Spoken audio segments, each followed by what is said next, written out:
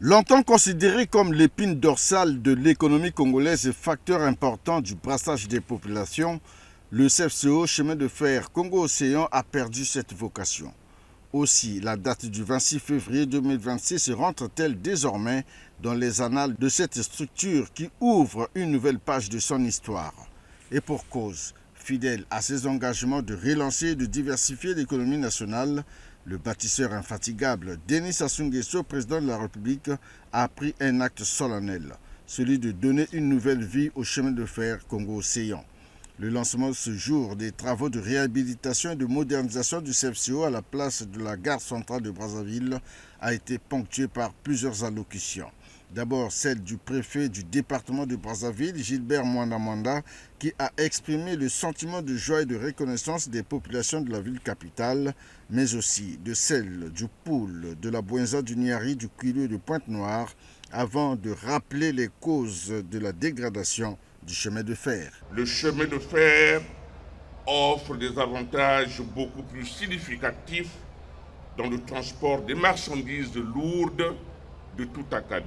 Les populations du département de Brazzaville, mais aussi celles du Poul, la Bouenza, le Niari, le Kwilu et Pointe-Noire déplorent le fait que certains fils du pays, brûlants d'ambition, peut-être légitime, s'acharnent sur les infrastructures économiques existantes, comme si les infrastructures économiques se déclinent aussi en opposition et majorité.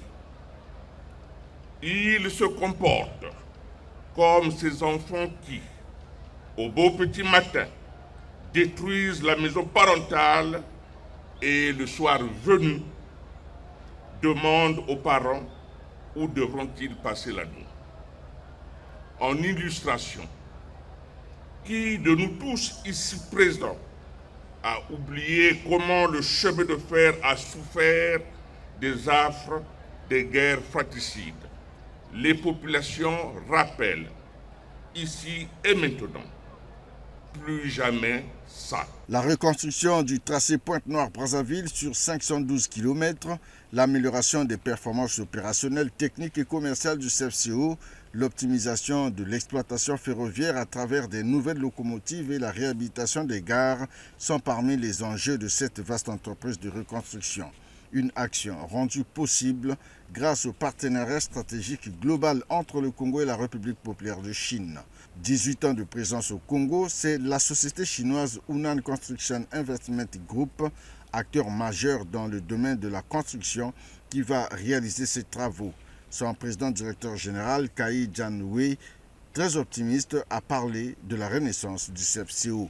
Pour le chef du bureau des affaires étrangères de la province de Hunan, Guo Ning, qui a paraphé l'accord cadre de réhabilitation et de modernisation du CFCO, les équipes les plus aguerries de Hunan Construction Investment Group seront mis sur ce chantier pour des travaux d'ingénierie ferroviaire et de génie civil.